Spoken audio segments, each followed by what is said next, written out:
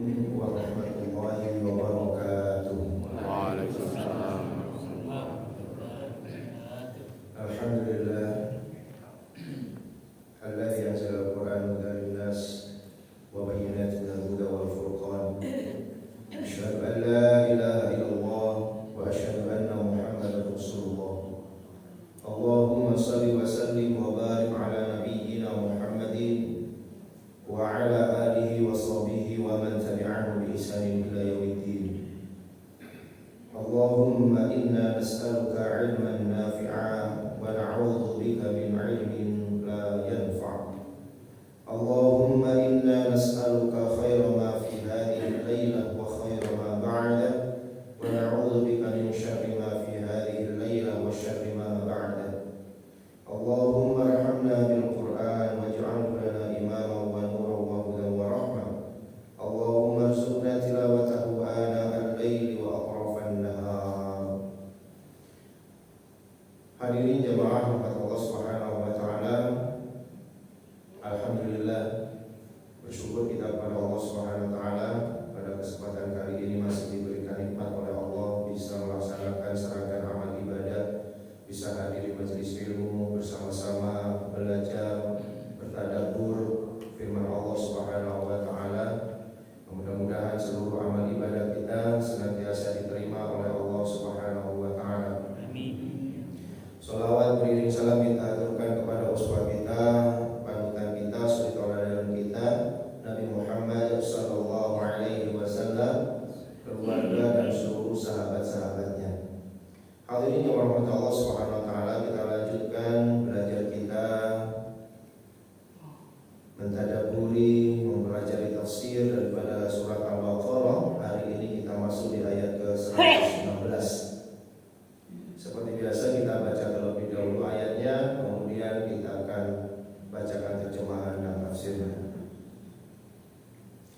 A'udzu billahi minasy syaithanir rajim.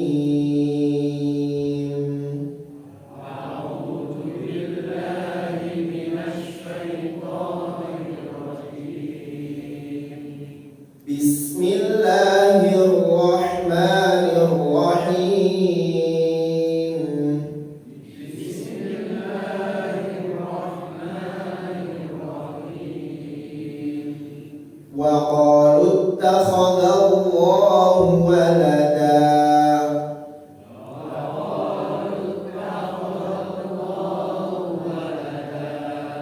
سُبْحَانَهُ بَل لَّهُ مَا فِي السَّمَاوَاتِ وَالْأَرْضِ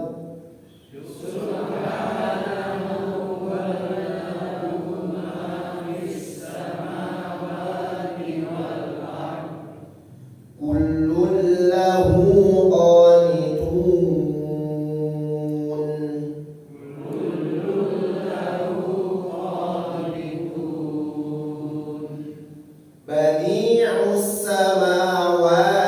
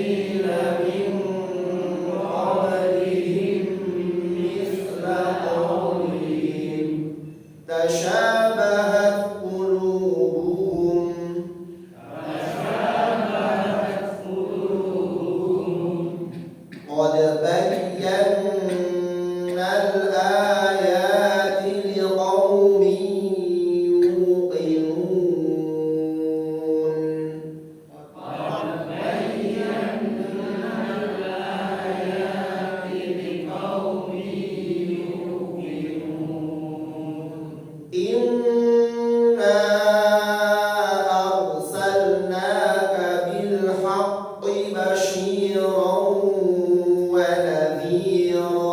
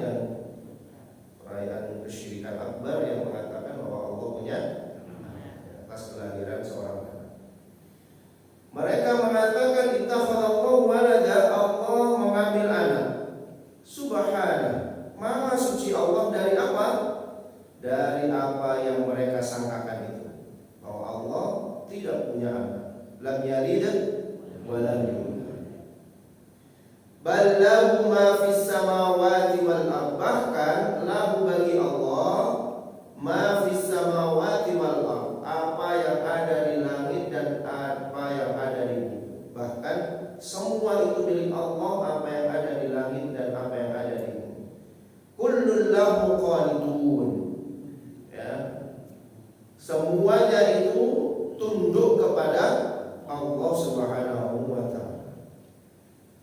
Jadi jemaah rahmat Allah Subhanahu wa taala, ini adalah perkataan yang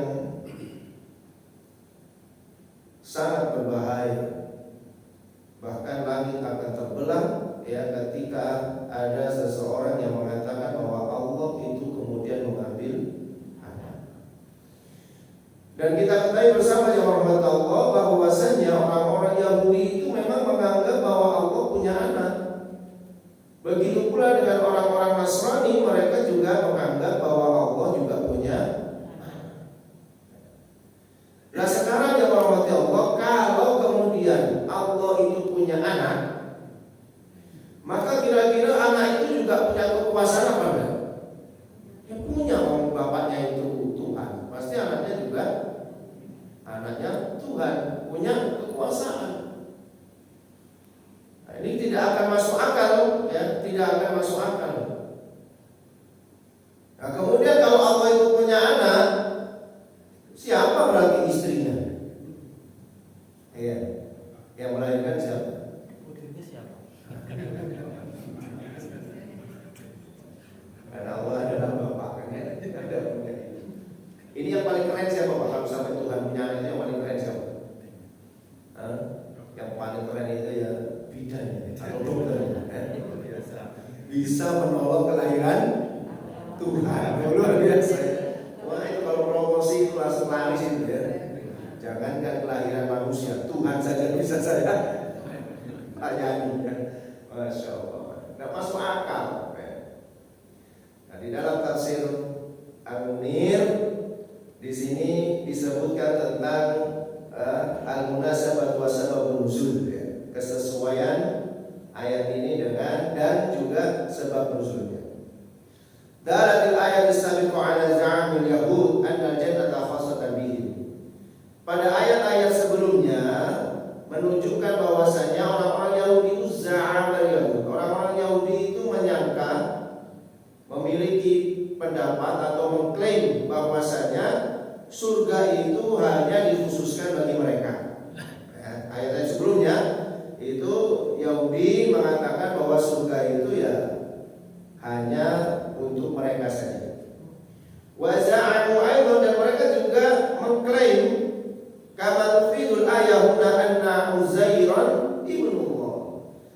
Mereka juga mengklaim bahwasanya ya sebagaimana di ayat ini klaim mereka adalah Uzair itu adalah anak Allah. Jadi orang Yahudi menganggap bahwa Uzair itu anak Allah. Uzair itu sebagian ulama mengatakan Ya, sebagian ulama mengatakan Uzair itu hamba Allah yang solid yang hidup setelah Nabi Musa. Dia mati selama 100 tahun. Yang mati selama 100 tahun kemudian dibangkitkan lagi oleh Allah Subhanahu wa taala dan dia hafal kitab Taurat. Wah, menurut mereka ini mujizat, ya. Ini aneh ini. Sehingga kemudian dituhankan. Ya. Nah, itu kenapa Uzair kemudian dituhankan, karena dia pernah mati selama 100 tahun tapi kemudian bangkit. Kan aneh ini, Pak, ya? Aneh. Kemudian apalagi dia langsung hafal kitab Taurat. Wa fi Nasara, dan bagi orang Nasara Najran, terutama Nasrani Najran yang pada saat itu hidup di zamannya Rasulullah, haitsu qalu, mereka mengatakan bahwasanya wa za'ama Nasara, dan orang-orang Nasrani beranggapan bahwasanya annal Masiha ibnullah, bahwasanya Al-Masih, ya, Nabi Isa adalah anak Allah. Kenapa Nabi Isa disebut sebagai anak Allah? Karena dia dilahirkan tanpa ada seorang ayah. Ibunya yang suci kemudian mengandung dan kemudian lahirlah Nabi Isa. Nah, itu dianggap anak Tuhan. Maka jemaah Allah Subhanahu wa taala ini menjawab beberapa pertanyaan, bahkan mungkin keseruan di antara kaum muslimin. Mengapa kok tidak boleh mengucapkan atau ikut merayakan perayaan Natal? Karena Natal itu kan sebenarnya kalau dalam bahasa Arabnya artinya apa? Maulid, hari kelahiran. Makanya ada disnatalis, ya kan? Nah, itu. Dan Natal itu adalah hari kelahiran. Siapa yang diperingati di situ? Kelahirannya siapa? Kelahirannya Nabi Isa sebagai apa? Anak Tuhan.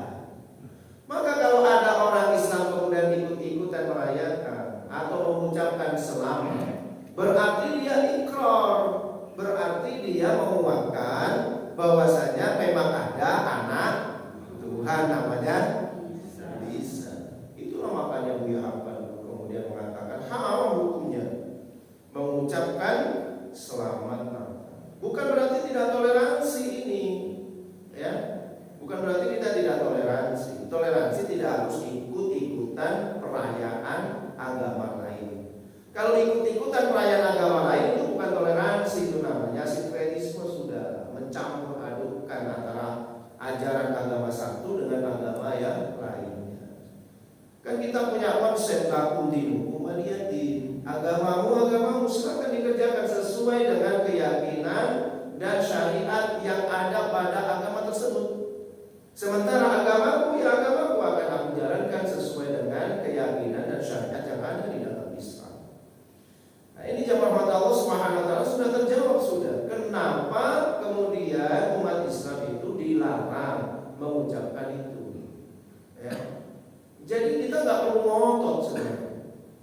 Nah, ketika kita mengucapkan itu sudah jelas sudah bahwasanya yang diperingati mereka pada saat itu adalah kelahiran Tuhan. Bagi mereka kelahiran Tuhan Yesus kan? Iya, bukan Nabi Isa kita yang Allah. Ya.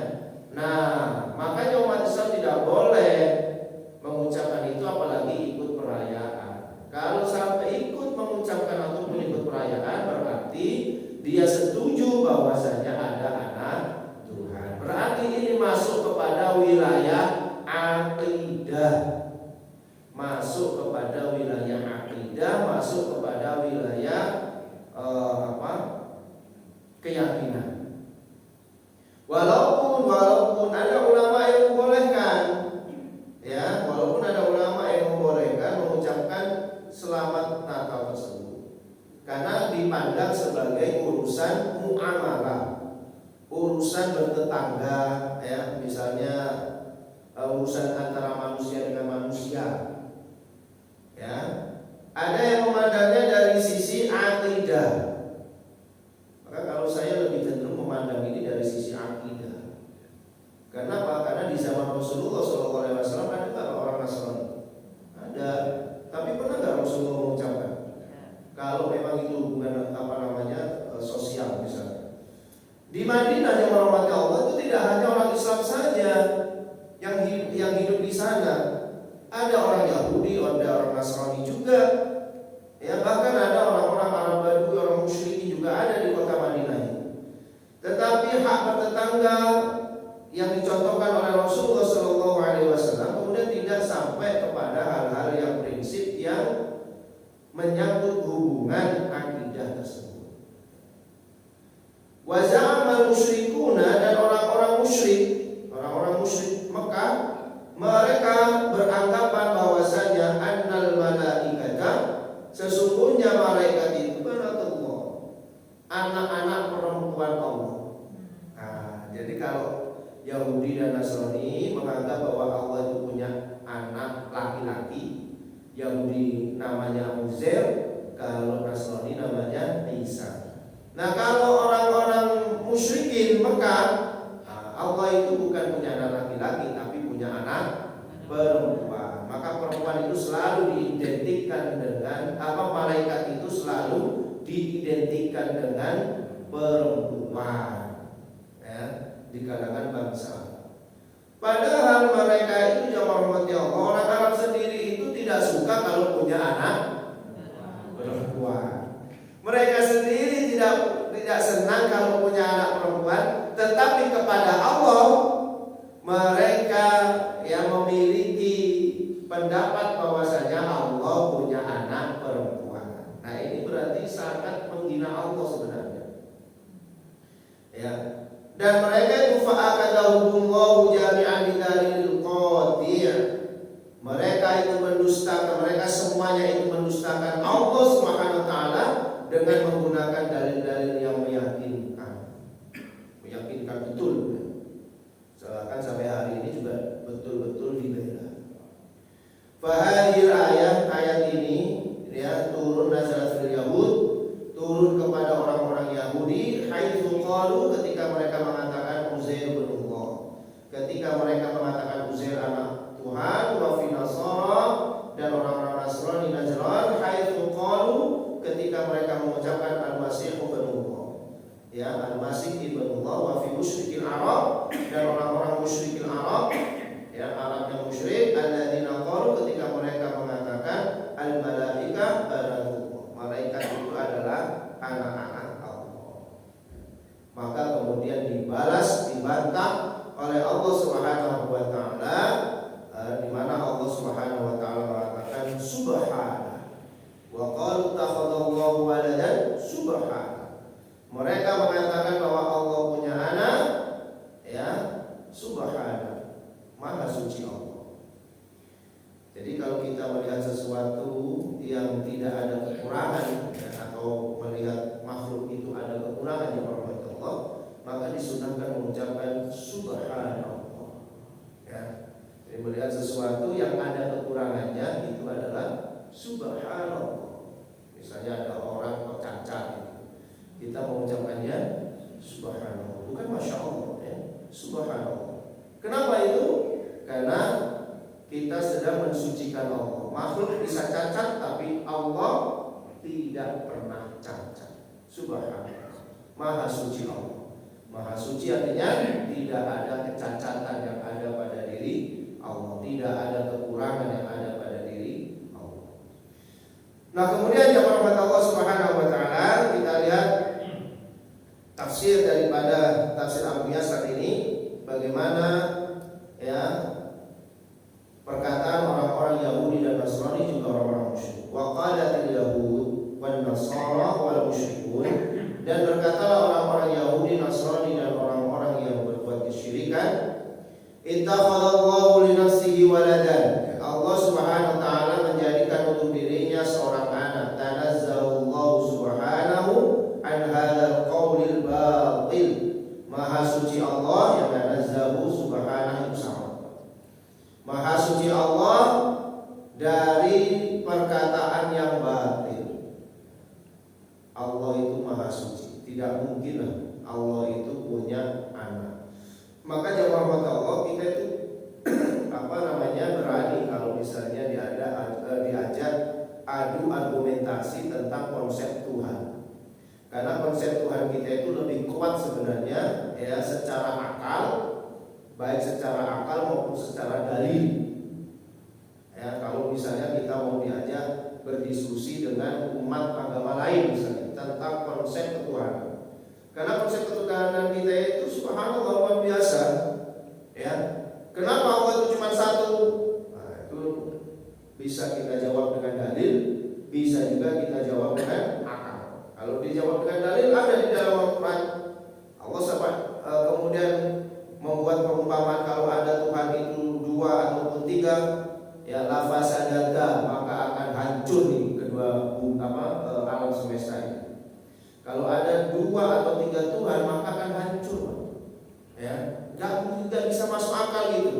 Ada penguasa alam semesta sebesar ini, ya penguasanya ada tiga atau ada dua lah, walaupun nggak tiga, dua saja misalnya hancur sudah. Ya, misalnya yang satu ingin membuat kebaikan, yang satunya ingin kehancuran. Nah, kira-kira gimana itu? Yang satu ingin memperbaiki, yang satu ingin menghancurkan. Apa nggak duel itu di atasnya? Ya, Tuhan sama Tuhan akan duel itu. Yang satu mengharamkan zina misalnya, sementara Tuhan yang satunya menghalalkan zina.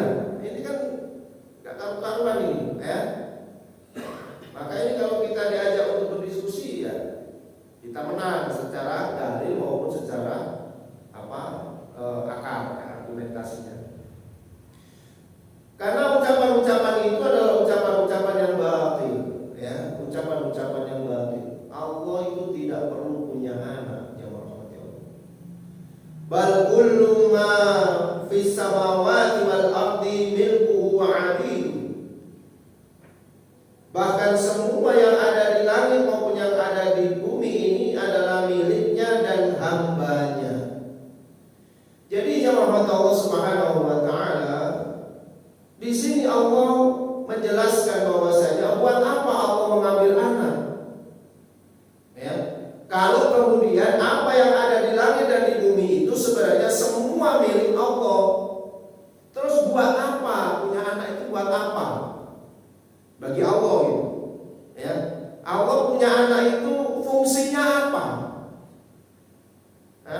Apa Allah itu butuh hiburan gitu? Sehingga kemudian ambil anak mulai dari kecil digudang-gudang, itu kan manusia.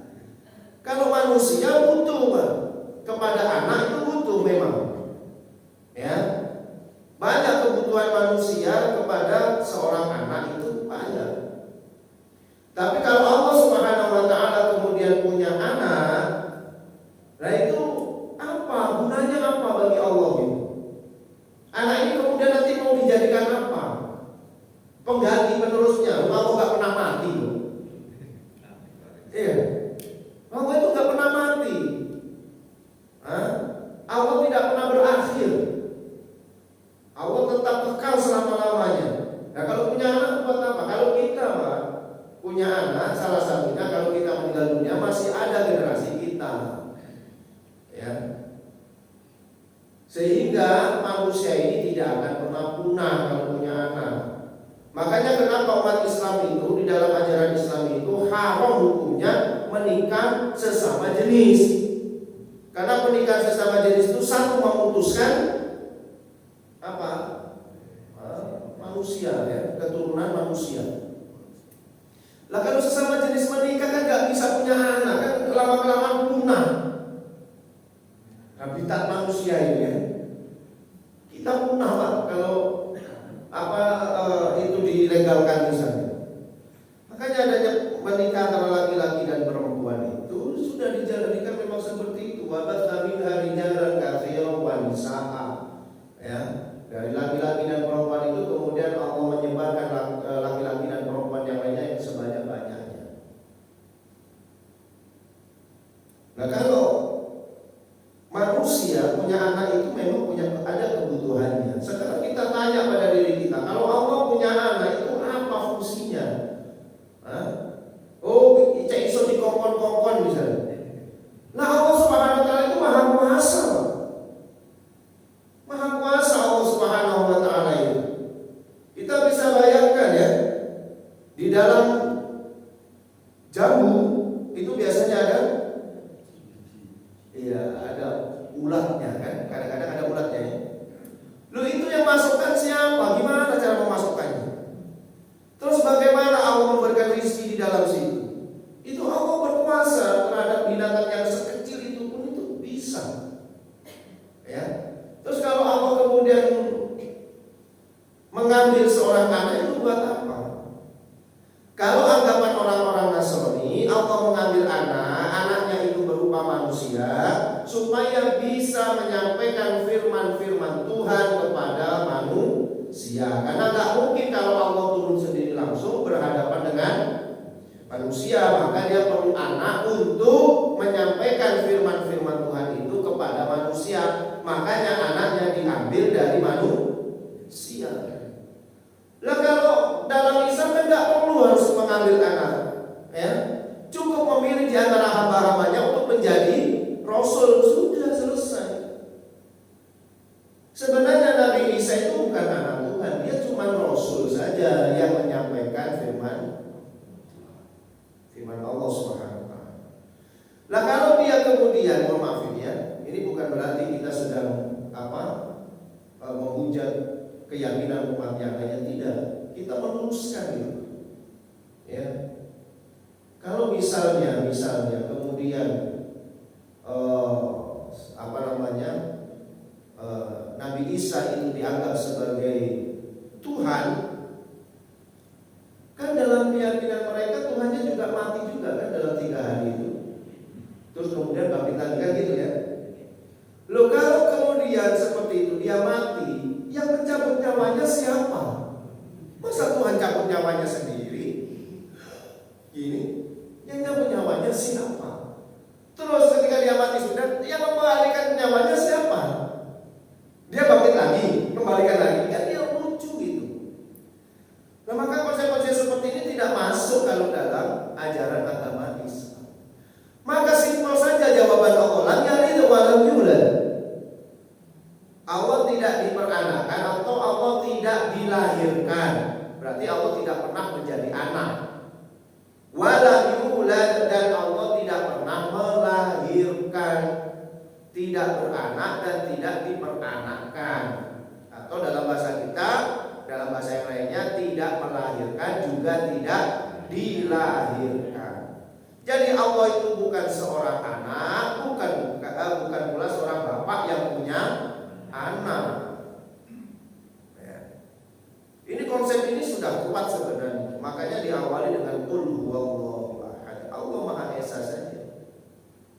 Nah, ini menepis dugaan anggapan ya kepada orang-orang yang menganggap bahwa Tuhan itu memiliki anak. Makanya konsep toleransi kita itu tidak boleh masuk kepada wilayah akidah. Karena kalau sudah wilayah akidah yang rahmat Allah, masing-masing agama itu akan berbeda-beda akidahnya. Islam berbeda dengan Nasrani, Islam berbeda dengan Yahudi, Nasrani sendiri juga berbeda dengan Yahudi.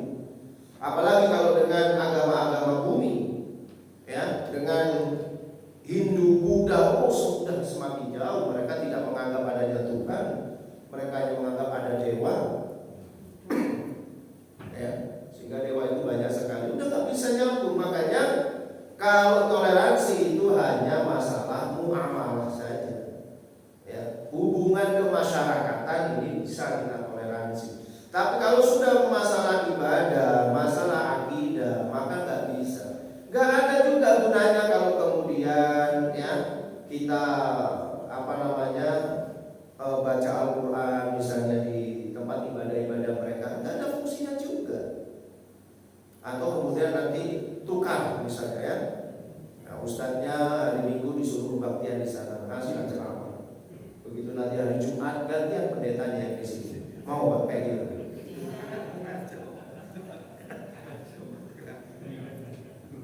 Apa fungsinya itu apa gitu? Ya, lo ini bisa jadi Pak kalau kemudian orang-orang yang berpahaman pluralisme, liberalisme itu kita biarkan saja, bisa jadi. Wong dulu itu sudah mau digagas satu tempat ibadah untuk bersama-sama. Iya. Nah sekarang bahasanya agak keren, moderasi. Sudah pernah digagas itu satu tempat ibadah digunakan bersama-sama. Apa fungsinya itu apa? Kan nggak ada fungsinya.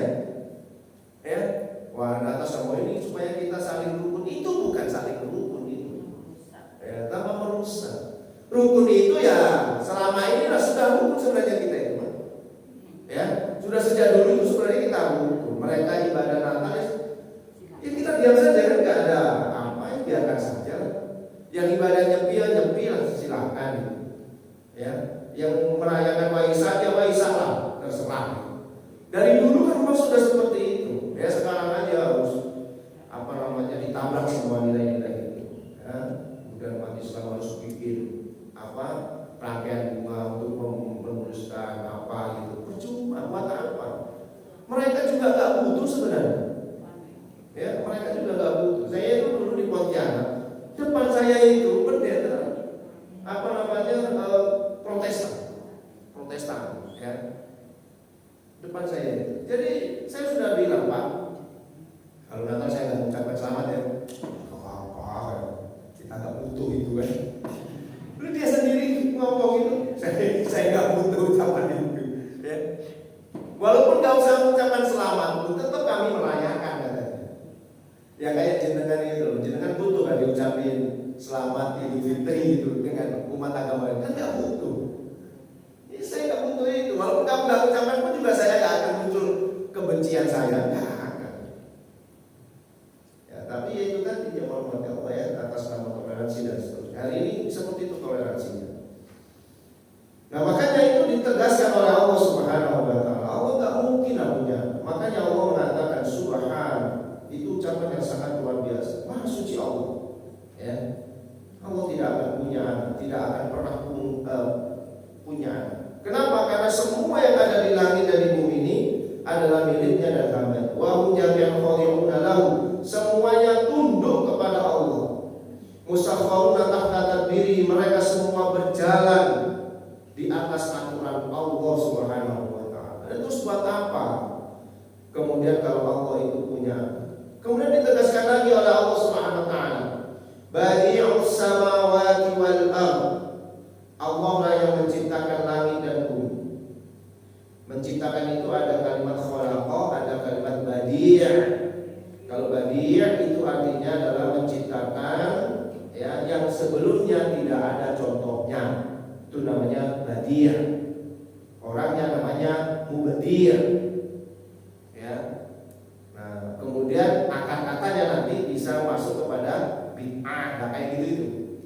Ya, membuat sesuatu yang sebelumnya tidak ada contohnya, itu badi' namanya. Allah itu badi'. Allah menciptakan langit dan bumi sebelumnya tidak pernah ada.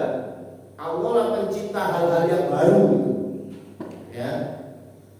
Ini menegaskan jamaah rahmati Allah dengan hubungannya dengan ayat sebelumnya. Kalau orang-orang itu menganggap bahwa Allah perlu punya anak, ya, karena Allah tidak kuasa sehingga harus memutus anaknya dan seterusnya, Allah tegaskan di sini, Allah itu bisa menciptakan langit dan bumi. Apa susahnya kalau kemudian Allah Subhanahu wa Ta'ala melakukan hal-hal yang menurut mereka tidak mungkin? Ya, Allah saja menciptakan dari samawati wal ardh. Allah menciptakan ya langit dan bumi yang sebelumnya tidak ada contohnya. Wa idza qada amran, dan apabila Allah memutuskan satu perkara, fa innama yaqulu lahu kun fayakun, maka cukuplah bagi Allah untuk mengatakan kun. Kun itu artinya jadilah. Ya. Fayakun, maka terjadi. Cukup kun, langsung terjadi sudah. Ya. Bahkan kemudian ya Allah Subhanahu wa Ta'ala di sini disebutkan wallahu ta'ala huwa khaliqus samawati wal ardi ala ghairi mithlis sama. Allah Subhanahu wa Ta'ala menciptakan langit dan bumi yang sebelumnya tidak ada contohnya. Wa idza qaddara amran wa arada kaunahu fa inna ma yaqulu lahu kun fayakun. Ya. Dan apabila Allah menghendaki sesuatu, maka Allah tinggal mengucapkan kun fayakun. Tapi bukan berarti Allah kemudian kalau mau menciptakan mesti bilang kun gitu ya, enggak. Ini hanya untuk apa? memudahkan kita saja, memahamkan kita. Seperti itulah kira-kira kalau Allah itu menciptakan. Bahkan kalau kita lihat di dalam tafsir Al-Munir ini, ya, di sini disebutkan wa idza arada amran aw jadahu faram asra'a ma bainaha khurfaikun min ghairi imtina'. Jadi kalau Allah Subhanahu wa taala ingin membuat sesuatu, maka Allah akan membuatnya itu lebih cepat daripada kita mengucapkan dua huruf ini. Jadi kalau Allah itu menciptakan sesuatu, itu Allah itu menciptakan sesuatunya itu lebih cepat dari kita mengucapkan dua huruf ini, kun. Jadi kita ucapkan kun itu saja, itu Allah bisa menciptakan lebih cepat daripada kita mengucapkan kalimat kun. Gitu. Kenapa dibuat kalimat kun kemudian sampai ada kalimat kun fayakun itu? Ya, di sini disebutkan bahwasanya supaya itu memahamkan wal ijad wa taqwim min asrarul uluhiyah amaru al-umma bima yuqarribuhuma lil fahmi, supaya paham manusia itu betapa cepatnya, betapa kuasanya Allah Subhanahu wa taala ketika menjadikan sesuatu. Cukup kun saja bisa langsung jadi. Nah, itu kalau tidak dibuat kalimat seperti ini kan bingung bagi kita. Gimana cara Allah menjadikan sesuatu? Maksud ini bahasanya kan enggak cocok ya. Tuh itu kan kun, nah gitu sudah. Ya itu yang cocok. Plus ya enggak enak masuk bahasa Arab. Plus kan enggak enak. Ya. Plus ngono, nah gitu loh maksudnya. Ya, enggak enak. Bahasanya pakai kun jadikan. Tapi Allah yang enggak bilang kemudian kalau mau menciptakan suatu kun langsung jadi, enggak, itu kan pesulap itu. Simsalabim lah kan. Itu pesulap namanya. Kalau Allah yang nggak perlu mengucapkan kun, itu hanya hanya sekedar untuk memahamkan kita, ya, untuk memahamkan kita supaya kita paham betapa cepatnya dan betapa Allah Subhanahu wa taala itu berkuasa untuk menciptakan segala sesuatu. Sampai di sini disebutkan min ghairi imtina'in, tanpa ada kegagalan. Walaupun Allah Subhanahu wa taala itu cepat sekali, ya, cepat untuk menciptakan, tetapi tidak ada kegagalan di dalamnya, ya. Kecepatan Allah Subhanahu wa taala, ya, tanpa menggunakan kalimat kun sebenarnya. Hanya saja itu untuk memudahkan kita, ya. Kemudian jamaah Allah Subhanahu wa taala selanjutnya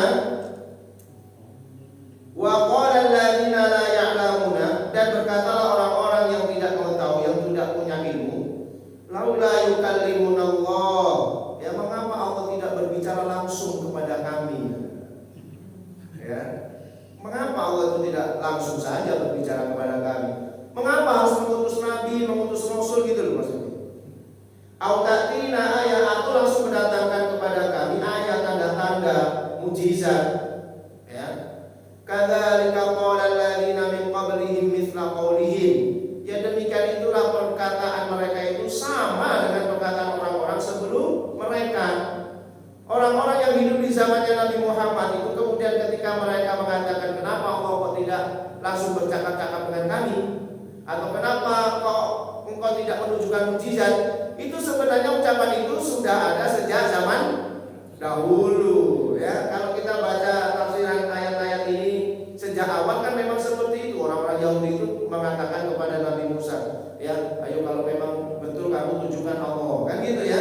Atau apa supaya kita bisa bercakap-cakap langsung dengan Allah. Itu memang ucapan-ucapan orang zaman dahulu.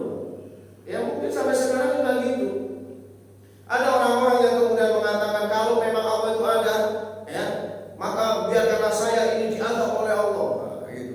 Nanti saya kasih waktu, tenggang waktu tanggal 3 bulan Januari misalnya, supaya saya diazab oleh Allah. Ada orang-orang yang demikian itu, ya, orang-orang yang tidak percaya dengan adanya Allah Subhanahu wa taala. Nah, Allah bisa saja mengadab dia, atau bisa jadi tidak mengadab dia. Itu suka-suka Allah. Kenapa? Kalau Allah kemudian mengadabnya betul-betul di tanggal 3, berarti Allah tunduk dengan keinginan manusia. Berarti itu bukan Tuhan namanya, ya. Tapi kalau Allah Subhanahu wa taala mengadabnya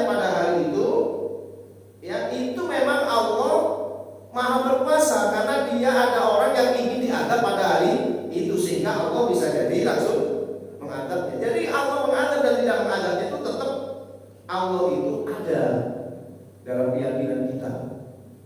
Ya, ada loh orang-orang yang demikian itu. Oh, rame itu di Facebook ada, di Instagram ada.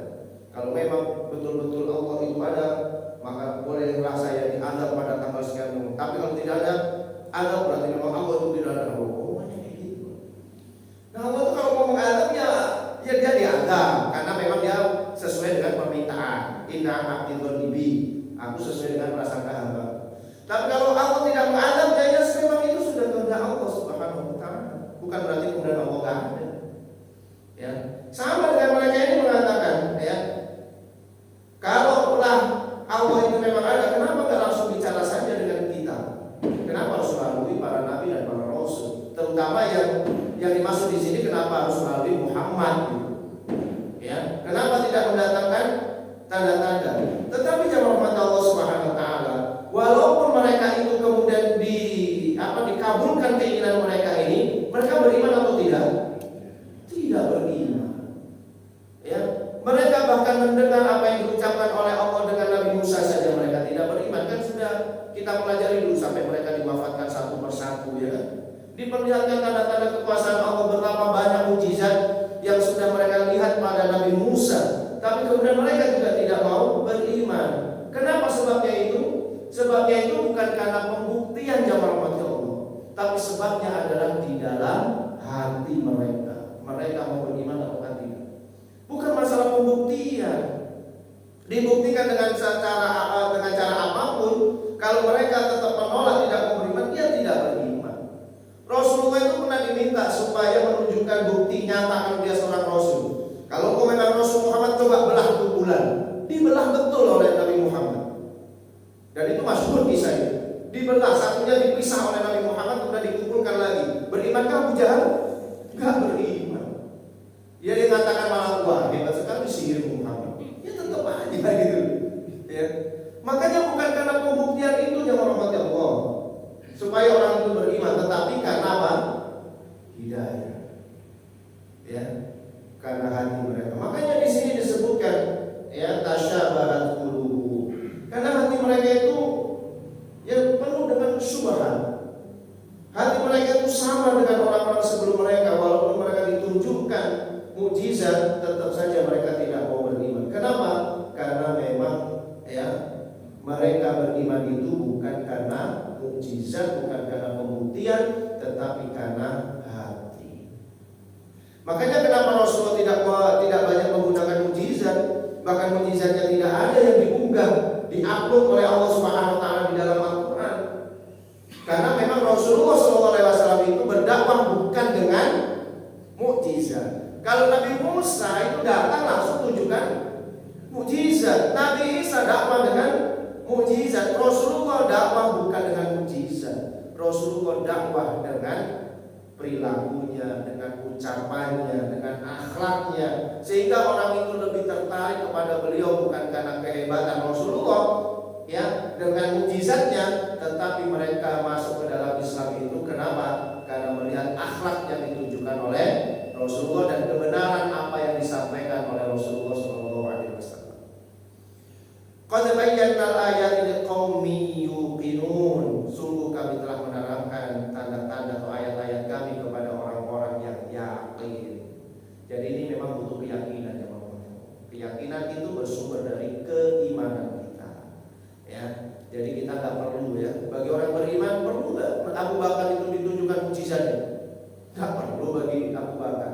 Ya. Rasulullah itu cuma menyampaikan kepada Abu Bakar, wahai Abu Bakar, aku didatangi malaikat Jibril dapat wahyu ini. Ya, apakah kamu percaya? Ya, Abu Bakar langsung ngomong, apapun yang kamu ucapkan saya percaya. Udah kamu perlu pakai mukjizat kan? Ya, begitu pula dengan Ali bin Abi Thalib dan lain sebagainya. Jadi ini jamaah rahmat Allah Subhanahu wa taala, apa yang kita bisa pelajari ya dari ayat 116 sampai di ayat ke 118 ini banyak berisi tentang hal-hal yang sangat luar biasa. Bagaimana orang-orang ya orang-orang Nasrani, orang Yahudi dan orang-orang musyrik itu mereka sama saja sebenarnya menganggap bahwa Tuhan punya anak karena Allah tidak memiliki kekuasaan ya, bahkan mereka kemudian meminta pembuktian padahal kalau dibuktikan betul-betul mereka tidak akan beriman karena memang iman itu khusyuk yang hormati Allah, kita tidak pernah berjumpa dengan Rasulullah, ya kita tidak pernah bercakap-cakap dengan Allah, kita tidak pernah melihat mukjizat yang pernah disampaikan oleh Rasulullah, tetapi kemudian Allah menetapkan kita sebagai orang yang beriman. Mudah-mudahan istiqomah, sampai berjumpa dengan Allah Subhanahu wa taala. Amin ya rabbal alamin. Subhanallahumma wa bihamdika asyhadu an la